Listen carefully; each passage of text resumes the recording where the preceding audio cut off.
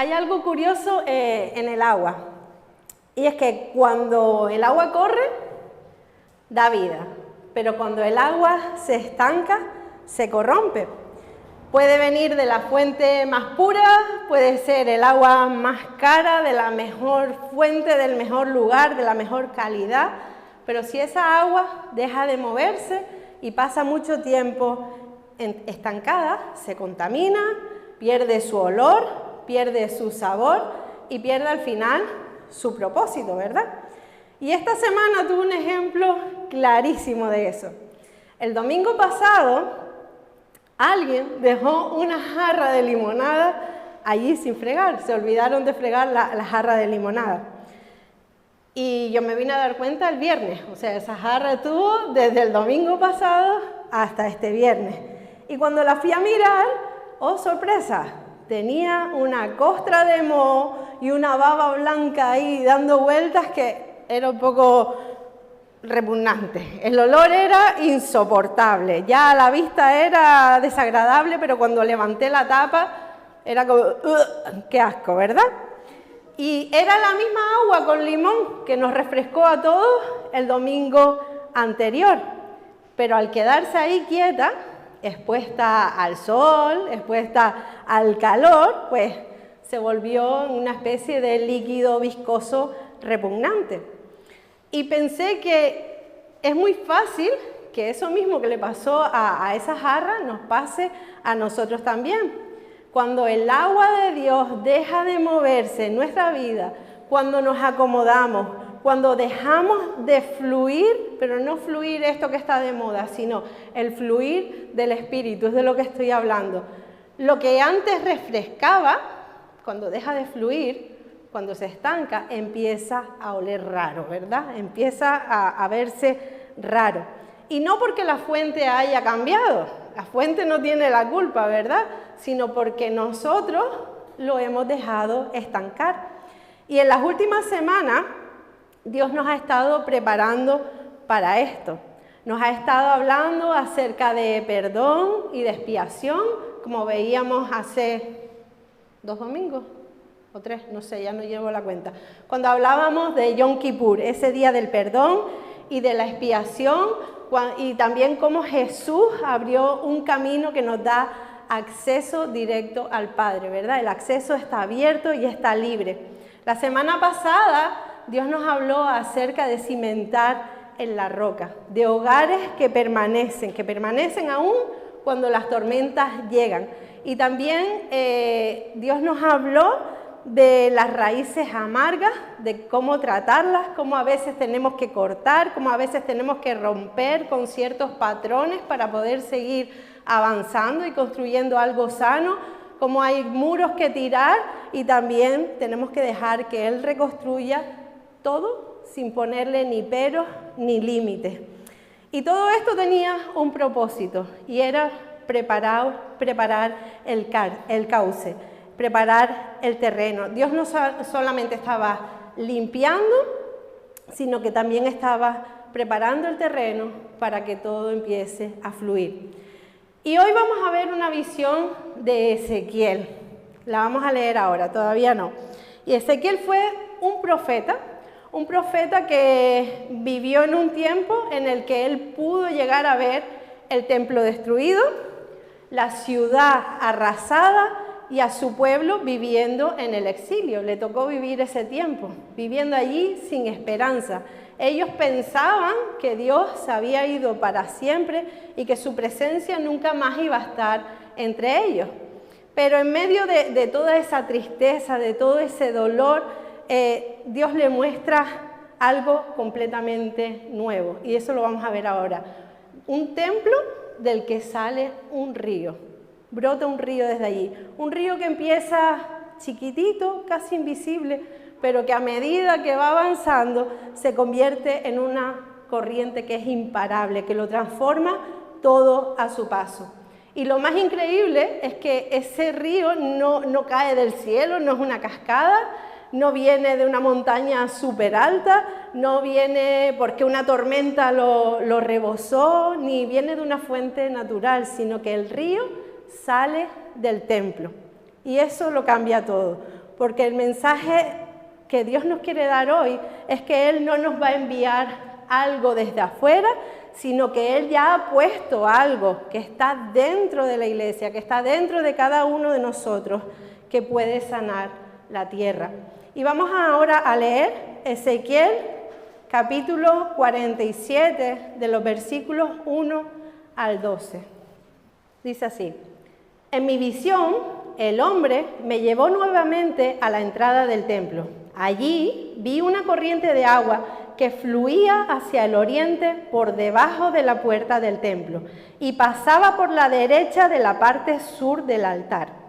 El hombre me llevó hacia afuera del muro, por la puerta norte, y me condujo hasta la entrada oriental. Allí pude ver que el agua fluía por el lado sur de la entrada oriental. Me llevó a lo largo de la corriente del agua, y mientras avanzábamos, él iba midiendo. Cuando llegamos a 530 metros, me llevó a través de la corriente. El agua me llegaba a los tobillos. Midió otros 530 metros y una vez más me llevó a través de la corriente. Esta vez el agua me llegaba hasta las rodillas. Después de otros 530 metros, el agua me alcanzaba a la cintura. Y luego midió otros 530 metros y el río ya era demasiado profundo para cruzarlo caminando. Había una profundidad para nadar, pero demasiada para atravesarlo a pie.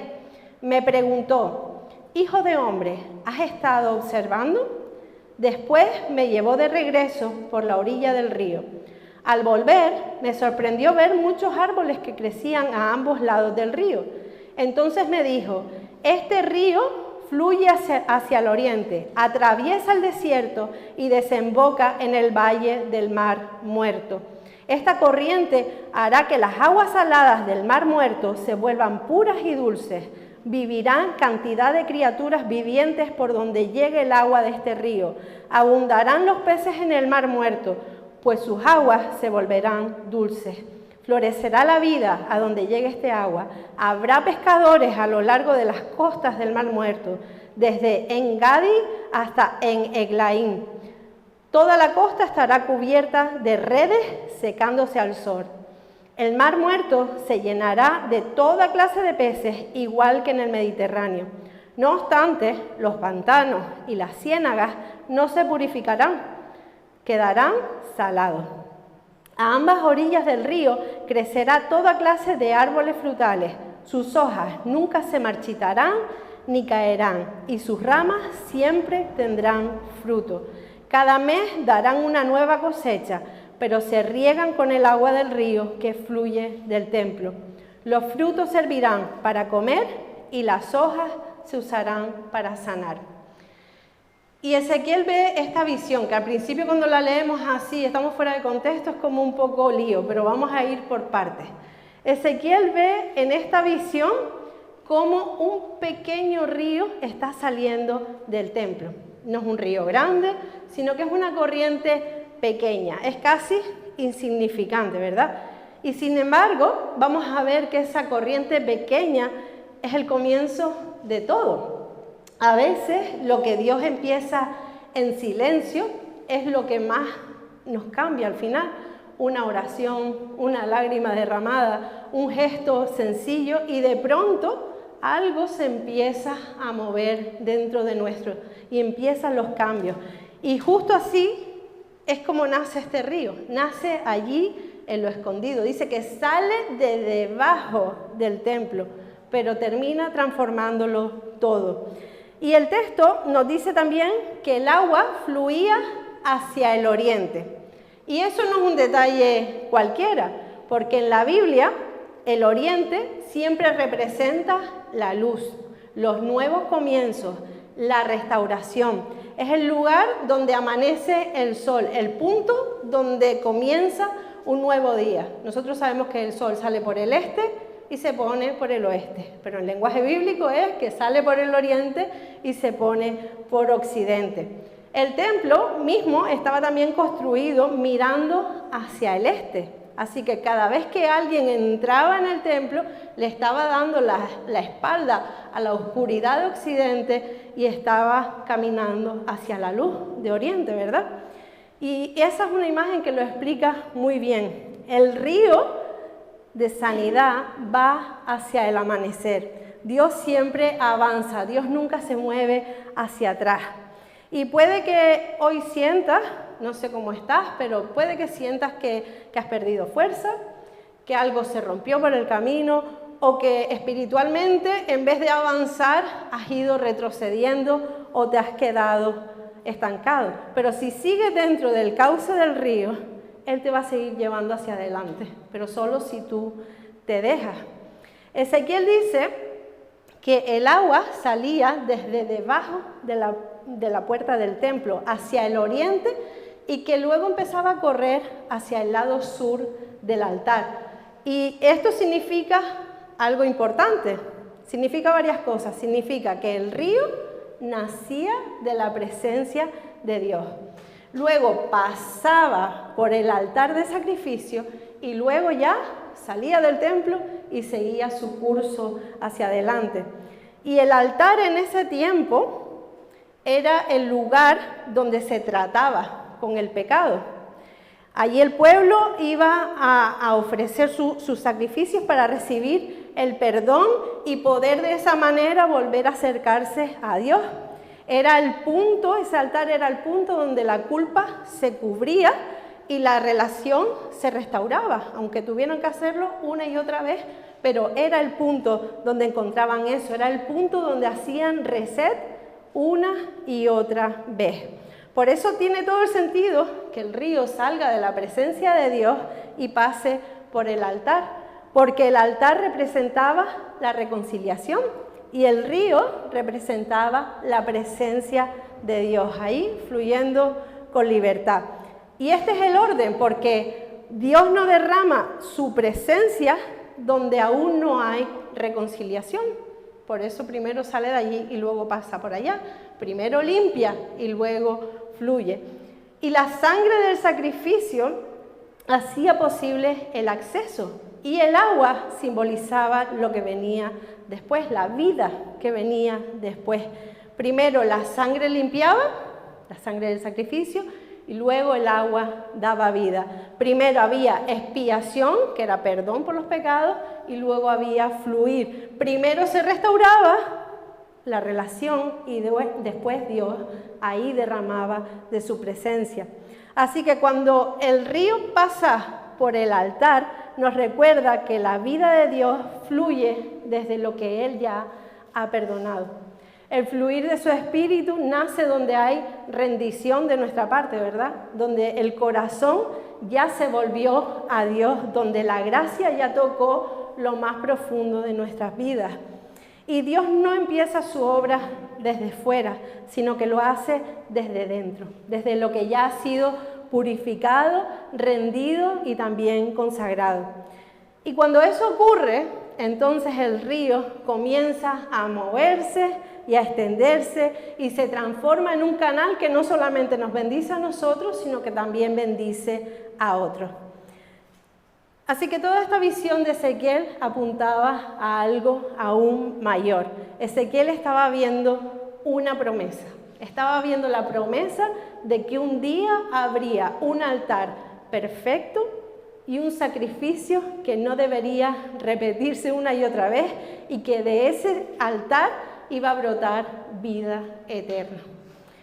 En la cruz se cumplió esto que Ezequiel estaba viendo en una visión: la reconciliación entre Dios y el hombre, el fin de los sacrificios repetidos.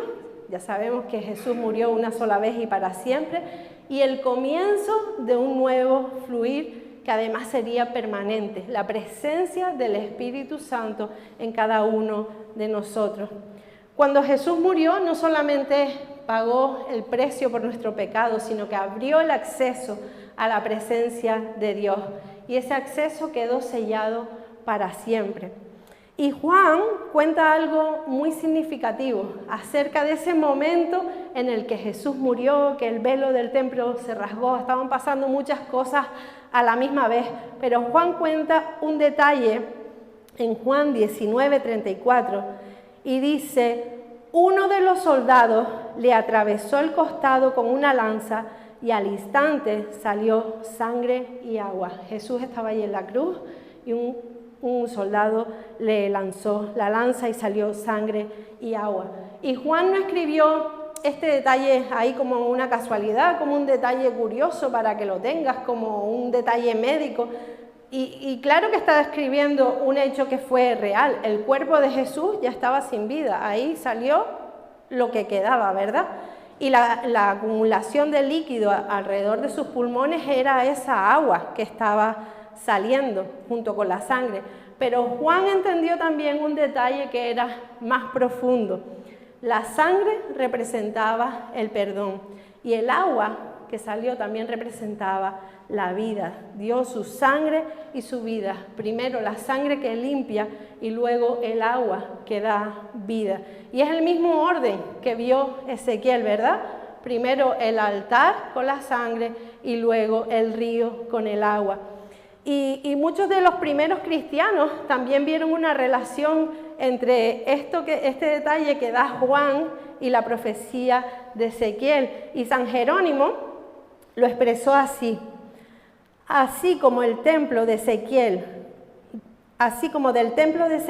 fluía el agua que sanaba el mar, del costado de Cristo fluye la gracia que sana al mundo.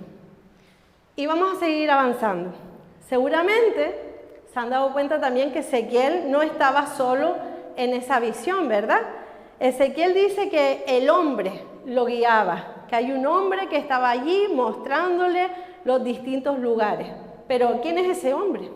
¿A quién se está refiriendo? ¿De dónde salió ese hombre? Porque nosotros aterrizamos ahí en el capítulo 47, un hombre. Él dice el hombre, como si ya supiéramos de qué está hablando, ¿no? Bueno, es que para entenderlo nos tenemos que ir para atrás, tenemos que ir al capítulo 40, donde comienza la visión, porque esta visión se extiende desde el 40 hasta el 47. En el capítulo 40, de los versículos 1 al 3, dice así: el 28 de abril, durante el año 25 de nuestra cautividad, 14 años después de la caída de Jerusalén, el Señor puso su mano sobre mí.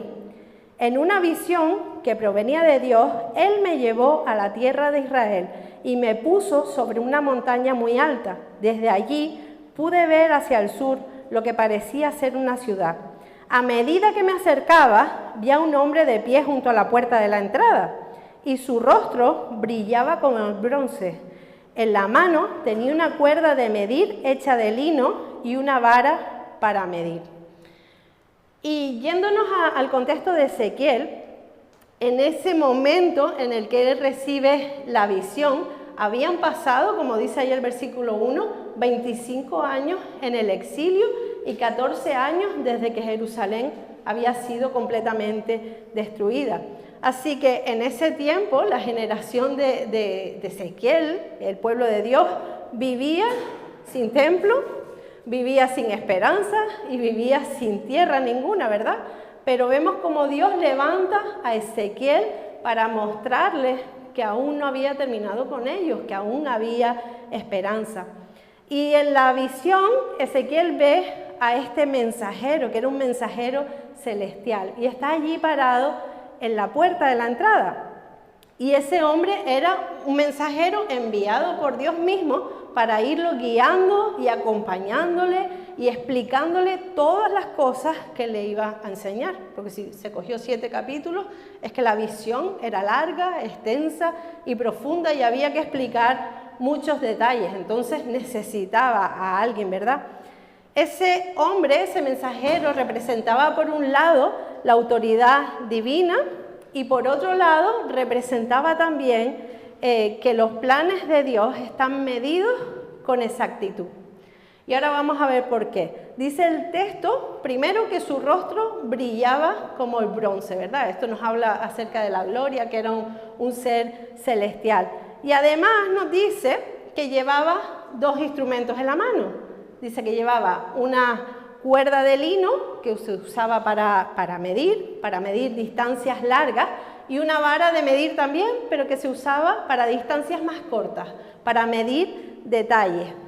En otras palabras, los instrumentos que este hombre llevaba simbolizaban que Dios mide tanto lo grande como lo pequeño. Dios está en lo grande y en los pequeños detalles también. Y a lo largo de los capítulos 40 hasta el 46, este mensajero va recorriendo todo el templo con Ezequiel y va tomando medidas de todo. Va tomando medidas de las puertas, de los patios, del altar, de las habitaciones, de los muros. Él tomó medidas de todo. Pero no lo estaba haciendo de cara a que fueran a reconstruir el templo y dándole las medidas. Dios no le estaba dando a él los planos detallados ni nada de eso, sino que le estaba revelando una promesa. La promesa de que su presencia iba a volver a habitar entre su pueblo. Solo que esta vez sería diferente. Dios no volvería a habitar en un templo construido por manos de hombres, sino que iba a habitar en un templo vivo. Iba a habitar en su pueblo. Y lo que para Ezequiel era una promesa, en el futuro, en Cristo, sabemos que se hizo realidad. Y desde entonces, el Espíritu de Dios, ese mismo río que vemos en esta visión, el río de su presencia, habita en la iglesia. Su presencia habita en nosotros, porque ahora nosotros somos su templo, el templo del Espíritu Santo, ¿verdad? El templo donde el Espíritu vive, se mueve y fluye para dar vida, no solamente a nosotros, sino también a otros. El reino que Ezequiel vio ya comenzó con Jesús, aunque todavía no está manifestado en toda su plenitud, ¿verdad? Sabemos que vivimos en el ya, pero todavía no.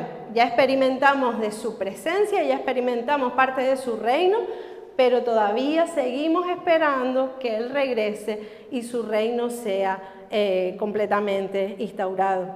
Y ese mismo río que ahora fluye desde la iglesia, también corre por dentro de cada uno de nosotros. El mismo Espíritu Santo sigue obrando, sigue midiendo nuestro proceso, como lo hacía en la visión, sigue llevándonos a aguas un poco más profundas, porque su presencia no se queda quieta, sino que siempre va más, crece, avanza y transforma. Y vemos cómo en este capítulo 47 el mensajero sigue midiendo, él sigue usando sus utensilios de medir, pero ya no está midiendo edificios, sino que ahora lo vemos midiendo el río, cada 530 metros, ¿verdad? Y vemos que Ezequiel sigue avanzando con el hombre por ese río, camina junto a él y en cada tramo dice que el agua sube un poco más de nivel. Primero el agua le llega a los tobillos, luego le llega a las rodillas, luego le llega a la cintura y luego ya directamente no hace pie. Y nada de esto es casualidad, porque Dios está mostrando que su río, que su presencia no se queda quieto ni se estanca, sino que el río, a medida que nos metemos en él, aumenta, ¿verdad? Se profundiza. Y cuanto más te metes en ese río, más te envuelve. Y también nos quiere mostrar que no se experimenta lo mismo cuando el agua nos llega por los tobillos que cuando nos metemos de lleno y ya no hacemos pie, porque el Espíritu siempre nos va a llevar a más. Así que vamos a mirar juntos cada parte de este recorrido donde nos encontramos y vamos a intentar pensar dónde nos encontramos cada uno de nosotros y qué significa también avanzar hacia más profundidad. En el primer nivel nos encontramos con el agua por los tobillos. Cuando estamos en este punto sentimos el agua, ¿verdad? Pero todavía tenemos paso firme. Estamos ahí, cómodos. Es un lugar agradable, es un lugar seguro y hasta parece que es suficiente, ¿verdad? Nos gusta sentir la presencia de Dios, pero seguimos teniendo el control. Con el agua por ahí seguimos teniendo el control. entramos y salimos de la presencia porque la tenemos ahí, está bien, está cómodo, como si bastara solamente con tocar un poquito su presencia de vez en cuando y ya está. Y aunque eso es un buen comienzo, no es un lugar para quedarse. Dios no quiere que solamente lo sintamos un poquito y de vez en cuando, sino que quiere que aprendamos a vivir dentro de ese fluir, de ese cauce del río. El segundo nivel es cuando el agua ya nos llega por las rodillas. Aquí el agua sube y empieza a ofrecer un poquito de resistencia, ¿verdad? Caminar se puede, pero cuesta un poco más. Y las rodillas nos hablan acerca de la oración y de la rendición por parte nuestra. Aquí empezamos a entender que avanzar no significa ir cada vez más rápido, sino que a veces significa tener que detenerse, tener que inclinarse, tener que hincar las rodillas en el suelo y empezar a depender de Dios. Y en este nivel es donde empezamos a depender un poco más, ¿verdad? Y Dios nos enseña que no se trata de que hagamos más y que lo hagamos más deprisa, sino de que confiemos más en Él. Pero Dios aún quiere llevarnos un poco más allá. En el tercer nivel, el agua llega por la cintura. Y en este nivel, la corriente ya se siente con fuerza, ¿verdad? Ya cuando tenemos el agua por aquí, ya no podemos avanzar a nuestro ritmo, porque es el río el que va marcando la dirección, va marcando el ritmo. Y eso es lo que pasa cuando el Espíritu nos está guiando de verdad. Nuestra voluntad, nuestras decisiones, nuestras prioridades cambian. Y aquí la fe deja de ser esa emoción que sentíamos al principio y se convierte en obediencia. Ya no lo sentimos tanto a lo mejor, pero se convierte en obediencia. Y ya este nivel no es tan cómodo. Pero el río aún puede llevarnos más lejos, al cuarto nivel, donde las aguas se vuelven profundas. Aquí ya no hacemos pie, aquí ya no controlamos nada y ya no se trata de caminar ni hacer el intento, sino simplemente confiar. Aquí el control, por nuestra parte, desaparece y es el Espíritu el que toma el timón de nuestras vidas. Y en este nivel es cuando empezamos a decir, en vez de Señor, ven conmigo, acompáñame, ahí empezamos a decir, Señor, llévame tú, porque es que no llego, no hago pie, no alcanzo y no sé ni lo que estoy haciendo. Y en este nivel de agua puede darnos miedo, seguramente nos da miedo porque no tenemos el control, pero en verdad es el lugar más seguro de todo, más seguro que la orilla, porque cuando nos metemos en el río, y este río es el río de Dios, no nos hundimos, no nos vamos a hacer daño, sino que más bien nos vamos a sanar. Cuando nos sumergimos ahí por completo, nos sanamos. Y me encanta porque nada más terminar de enseñarle todo el avance del río, todos los niveles que hay, el mensajero le pregunta a Ezequiel, ¿has observado? Y esta no era una simple pregunta, era una forma de hacer que Ezequiel despertara, que se diera cuenta de lo que estaba viendo, de que el río nacía en la presencia de Dios, que crecía sin detenerse, que seguía su curso medido por Dios mismo. No era un río loco, todo estaba medido y además iba transformando todo lo que tocaba. Y esa misma pregunta es también para nosotros hoy. ¿Has observado? Dios también quiere que nosotros abramos los ojos, que observemos que su obra no se detiene, que su espíritu sigue fluyendo, sigue avanzando, sigue tocando, sigue transformando aún lo que parecía que estaba perdido. Y que su propósito además no es rozarnos solo un poquito con su presencia, solo los tobillos, solo un poquito por un lado, sino que su propósito es llevarnos cada vez más profundo a ella, ¿verdad? A ese nivel de río de profundidad. Y esta es una invitación que podemos aceptar o no, pero el río sigue fluyendo. El río no se va a parar porque nosotros no queramos avanzar. Y quedarse quieto, elegir quedarse quieto en uno de los niveles, es tomar una decisión.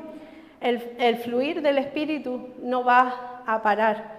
Siempre hay más profundidad, siempre hay más vida, siempre hay más que descubrir en Él. Así que te animo a no quedarte en la orilla. Te animo a que des un paso más, porque cuando decides avanzar, descubres que el río no solo te transforma a ti por dentro, sino que también empieza a transformar todo a tu alrededor. Y eso es exactamente lo que Ezequiel ve a continuación, el efecto del río, cuando el río pasa. La vida brota y la sanidad llega hasta los lugares más secos, ¿verdad?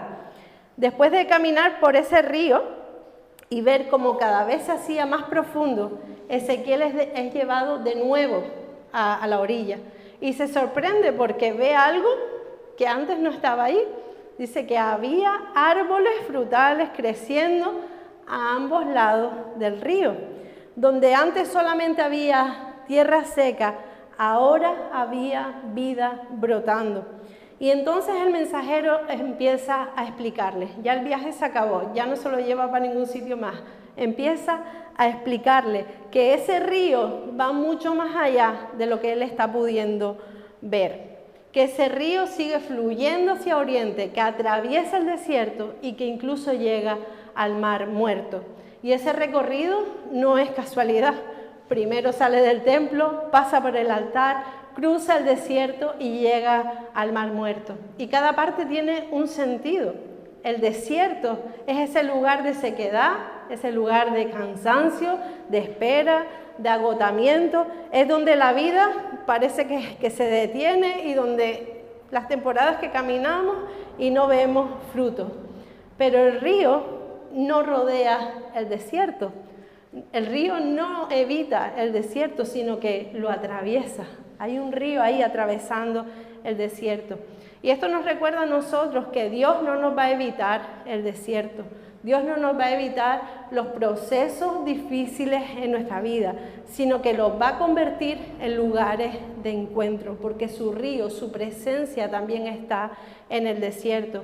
Allí donde solo parece que hay arena, que hay sol, que hay sed, que hay todo lo malo, ¿verdad? Cuando parece que solo hay eso, Él hace que el agua corra también por allí. Y cuando su presencia pasa, hasta el desierto florece. Después ese río llega al mar muerto, el punto más bajo de la tierra, y por eso es el símbolo perfecto de un lugar que no puede producir nada. Su salinidad es tan alta que no hay peces, no hay plantas, no hay algas, allí no hay nada, solamente un amasijo de barro espeso. Eso no es más nada. Es un lugar real donde todo está quieto, donde nada crece, donde la vida allí es imposible. Pero dice que cuando el río llega y lo toca con su agua dulce, todo cambia. El agua amarga del mar muerto cambia, se vuelve dulce. El mar dice que se llena de vida. Donde había muerte, dice que ahora hay abundancia. Y eso es exactamente lo que hace el Espíritu Santo. La presencia de Dios no se detiene cuando parece que todo está perdido, ¿verdad? Fluye hasta lo más bajo, hasta lo más contaminado, allí donde empieza la necesidad, ¿verdad? Y el Evangelio sabemos que no es para los que ya están arreglados, sino que es para los que están rotos, para los que piensan que no tienen solución. Y esa también es la misión de la iglesia. Nosotros no somos la fuente del agua, la fuente es Dios, pero sí que somos el cauce por donde fluye esa vida, por donde fluye su espíritu. El mismo espíritu que nos sana a nosotros por dentro es el mismo que nos envía también hacia afuera.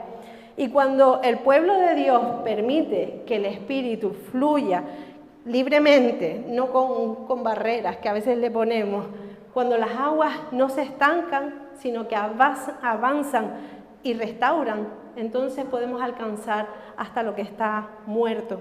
Jesús dijo: los haré pescadores de hombres, pescadores de personas. Y Ezequiel escuchó de parte de este mensajero que hasta en el mar muerto habrían pescadores. O O sea, parece un chiste, porque él decía, allí no hay vida. Pues hasta en el mar muerto habrían pescadores que pescarían lo que allí iba a abundar y que además iban a poner sus redes al sol. Y esto no es una coincidencia, es la misma imagen cuando Jesús habla de pescadores de hombres. Donde fluye la presencia de Dios, la vida se multiplica. Y ese es el poder del río de sanidad, no solamente transforma lo que toca, sino que convierte lugares que parecen de muerte, de perdición total, que ahí no hay nada que hacer, los convierte en lugares de misión. Y ese río sigue fluyendo hoy, desde la presencia de Dios a través de su iglesia, llevando esperanza y llevando vida a los rincones más secos y olvidados de la tierra. Y me gustaría leer el último versículo otra vez, Ezequiel 47:12, que dice: en ambas orillas del río crecerá toda clase de árboles frutales. Sus hojas nunca se marchitarán ni caerán y siempre tendrán fruto. Cada mes darán una nueva cosecha, porque las aguas que lo riegan salen del templo. Sus frutos servirán para comer y sus hojas se usarán para sanar. El río no solamente transforma el desierto, sino que también sana el mar muerto.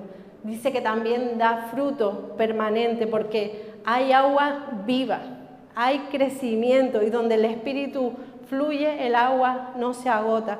Y estos árboles que crecen representan a las personas y a las comunidades que viven arraigadas en la presencia de Dios. Porque no sé si les suena de algo estos árboles que tienen fruto, que sus hojas no se caen.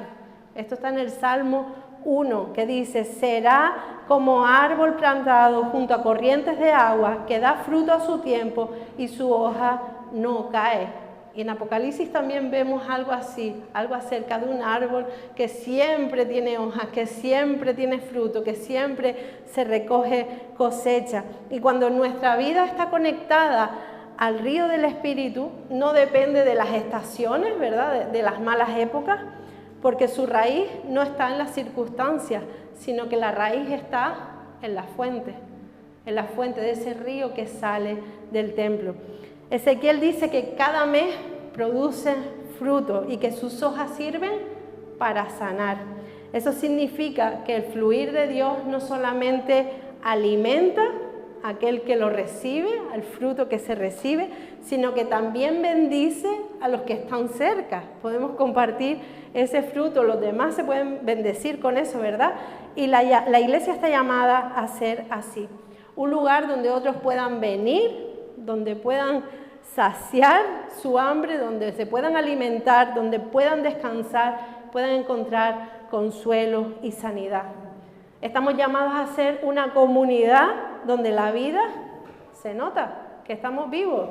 No estamos ahí medios zombies, medios muertos. Estamos llamados a ser una comunidad que se note que hay vida, que se note que hay fruto y que nuestras hojas también den alivio y sanidad. La sanidad que el río produce no es solamente física, sino que va más allá, es espiritual también y es relacional.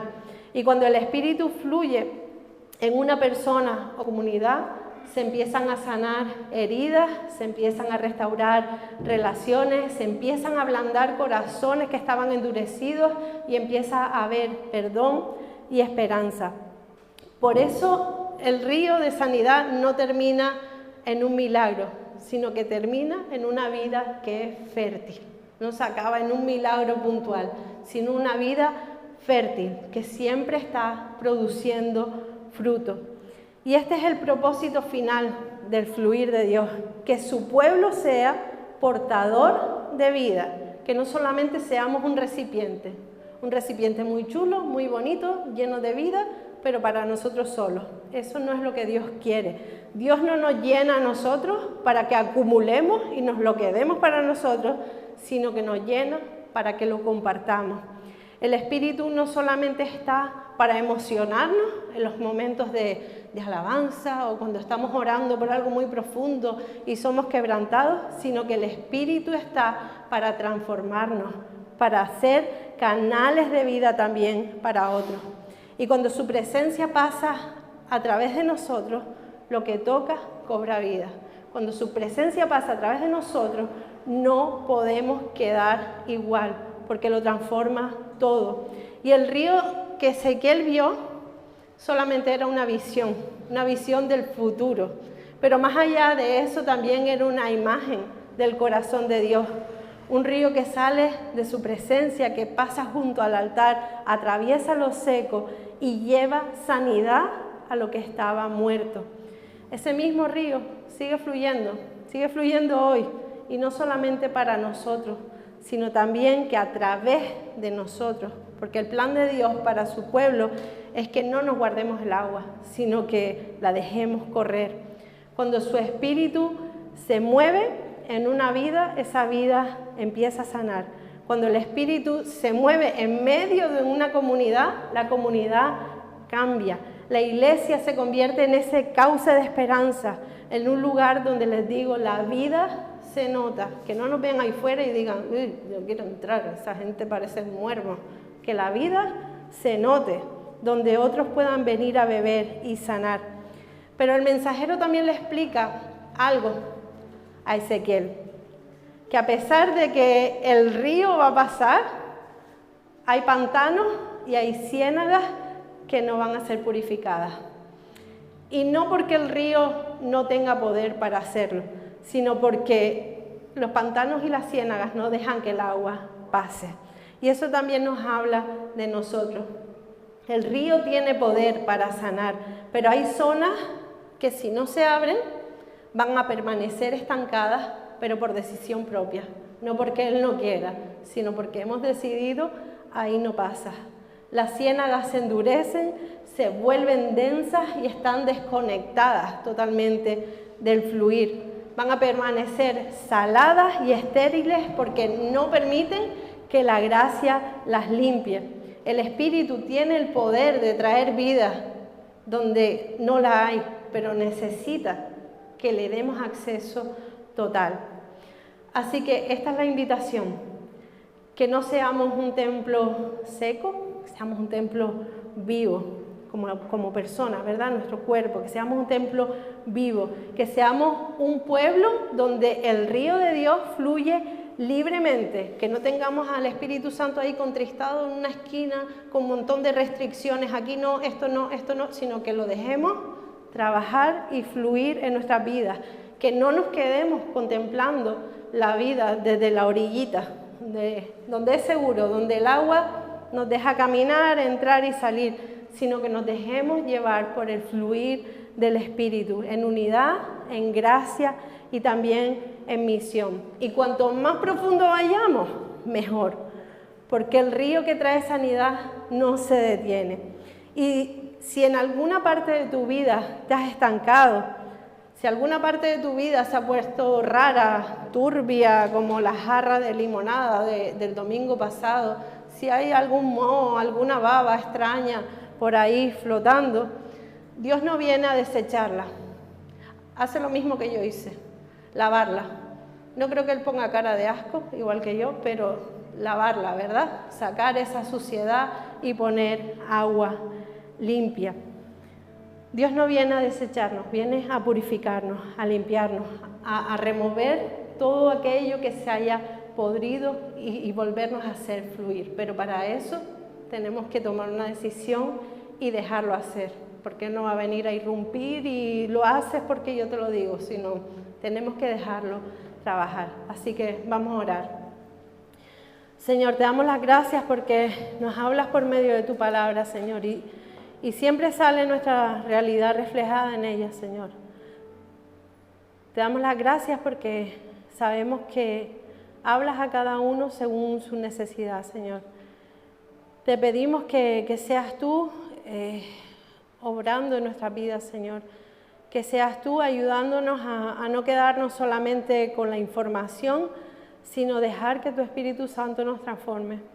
Te pedimos, Señor, que tú nos uses como canales, como medios de sanidad, de restauración, Señor. Que nos uses para calmar la sed, el hambre, tanto física como espiritual de las personas que tenemos alrededor, Señor. Porque sabemos que somos tu templo y sabemos que tú obras por medio de tu iglesia, Señor. Así que te pido que nos ayudes a ser conscientes de esta realidad, Señor. Te pedimos que nos ayudes a avanzar a aguas más profundas. Te pedimos que nos incomodes cuando nosotros por cuenta propia decidimos quedarnos en la orillita nada más, experimentar un poco de tu presencia, pero nada más. Te pedimos, Señor, que nos saques de ahí, que nos ayudes a seguir avanzando y profundizando, Señor, a pesar de que nos dé miedo soltar el control de todo, Señor. Ayúdanos a confiar en que tú sabes mejor que nosotros lo que estás haciendo, Señor. Ayúdanos a confiar en que si nos adentramos en tus aguas, Señor, en el agua de tu Espíritu, no nos vamos a ahogar, no nos va a pasar nada malo, Señor, sino que vamos a salir aún más restaurados, aún más sanados y más llenos de ti, Señor. Así que te pido que nos ayudes a batallar con la comodidad, a batallar con el control, Señor. Ayúdanos a descansar en ti y a soltarlo todo en ti, Señor. Ayúdanos a no contristar a tu Espíritu, Señor. Ayúdanos a dejarlo trabajar. Revélanos, Señor, todas las cosas que están en nosotros impidiendo que ese río fluya a través de nosotros, Señor, y que transforme todo. Ayúdanos, Señor, a quitar todas las barreras que podamos poner, todas las excusas, todas las historias, Señor, que a veces nos inventamos para no ir más allá, Señor. Te pido que seas tú trabajando en cada uno de nosotros, Señor. Y ayúdanos como comunidad, Señor, a reflejar vida, a reflejar que tú vives a través de nosotros también, Señor, y te quieres presentar a la gente que tenemos alrededor, Señor, y queremos presentarte como eres, Señor, queremos reflejarte como eres, así que quita todo lo que es de nosotros, todo lo que no ayuda, todo lo que no conviene, Señor, te pedimos que lo saques y nos ayudes a reflejarte a ti, Señor, para que las personas te conozcan a ti, porque si te conocen a ti, nosotros te reflejamos a ti, van a caer rendidas, Señor. Muchas veces sabemos que no te reflejamos como deberíamos y muchas veces dejamos testimonios que la gente dice, si eso es lo que tú crees y ese es el Dios que tú tienes, pues no me lo presentes porque tu vida no está reflejando esa vida abundante de la que me estás hablando, Señor. Ayúdame a mí, ayúdanos a todos, ayúdanos a reflejarte a ti, Señor. Ayúdanos a vivir tu vida abundante. Ayúdanos a avanzar en el fluir de tu Espíritu, Señor. Llénanos cada vez más para que podamos compartir cada vez más. En el nombre de Jesús, amén.